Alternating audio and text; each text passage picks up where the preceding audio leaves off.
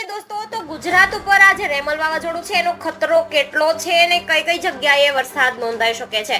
આ સિઝનનું પહેલું વાવાઝોડું છે એ આવી ચૂક્યું છે। અહીંયા તમે જોઈ શકો છો આ એના લાઈવ દ્રશ્યો છે અને આ વાવાઝોડું અહીંથી ઉદ્ભવી અને અત્યારે અહીંયા સુધી પહોંચી ગયું છે અને આજે રાત્રે આ વાવાઝોડું છે દરિયાકાંઠે ટકરાવવાનું પણ છે।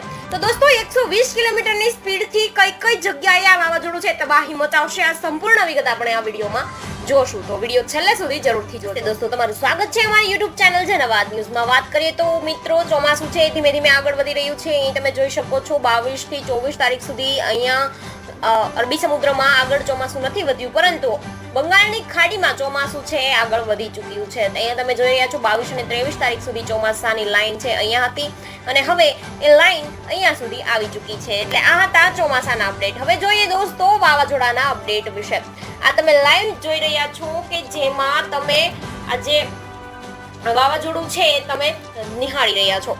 દોસ્તો વાત કરીએ તો રેમલ વાવાઝોડું ક્યાં પહોંચ્યું છે। હવે 120 કિલોમીટરની ઝડપે આ વાવાઝોડું છે એ અહીંયા ટકરાવવાનું છે।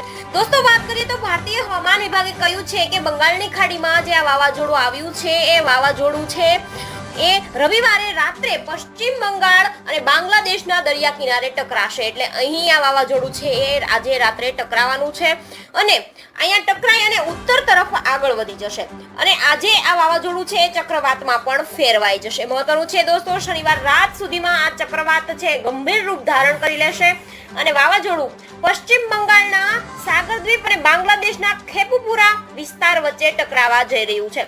ગુજરાત ઉપર જોઈએ દોસ્તો તો ગુજરાત ઉપર વાવાઝોડાની ખૂબ જ ઓછી અસર થશે। હું તમને લાઈવ દ્રશ્ય જણાવી દઉં કે આ જે તમે જોઈ રહ્યા છો એ પ્રમાણે ગુજરાતમાં એની અસર ઓછી થશે પરંતુ જે રાજ્યના દરિયાકાંઠાના જે આ વિસ્તારો છે એમાં વરસાદ પડી શકે છે। મહત્વનું છે દોસ્તો હવામાન વિભાગે કહ્યું છે કે 26 થી 27 મેના રોજ પશ્ચિમ બંગાળ અને ઉત્તર ઓડિશાનો દરિયાકાંઠાના વિસ્તારો છે ત્યાં ખૂબ જ ભારે વરસાદ છે એ પડી શકે છે। મહત્વનું છે દોસ્તો જ્યારે વાવાઝોડું દરિયાકાંઠે ટકરાશે ત્યારે પશ્ચિમ બંગાળ અને બાંગ્લાદેશના દરિયાકાંઠાના વિસ્તારોમાં 1.5 મીટર ઊંચા મોજા ઉછળી શકે છે। હવામાન વિભાગના જણાવ્યા પ્રમાણે દરિયામાં હાજર માછીમારોને પણ 27મી મે સુધી કિનારે પાછા ફરવાની અને બંગાળની ખાડીમાં ન જવાની સલાહ પણ આપવામાં આવી છે। તો દોસ્તો હવે વાત કરીએ તો હવામાન વિભાગે 26 અને 27 મેના રોજ પશ્ચિમ બંગાળ દક્ષિણ અને ઉત્તરના 24 એવા પરગણા જિલ્લાના દરિયાકાંઠાના જિલ્લાઓ છે કે જેમને રેડ એલર્ટ જારી કરી દીધું છે। મહત્વનું છે હવામાન વિભાગે 26-27 મેના રોજ દક્ષિણના જે આજે 100 થી આજે પરગણા છે એમાં 100 થી 110 કિલોમીટરની પ્રતિ કલાકે છે એ પવન ફૂંકાઈ શકે છે અને આ વાવાઝોડું ટકરાવા પણ જઈ રહ્યું છે અને આ જે વાવાઝોડું ટકરાશે ત્યાં ભારે વરસાદની આગાહી પણ કરી દેવામાં આવી છે।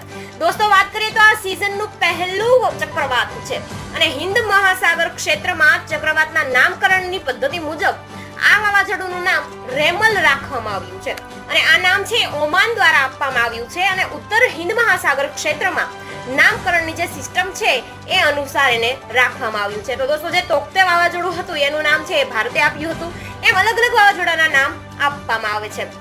તો દોસ્તો આ હતા રેમલ વાવાઝોડાને લઈને અપડેટ। વરસાદના સમાચાર અને ચોમાસાના અપડેટને જાણવા માટે અમારી સાથે જોડાયેલા રહેજો। Thank you.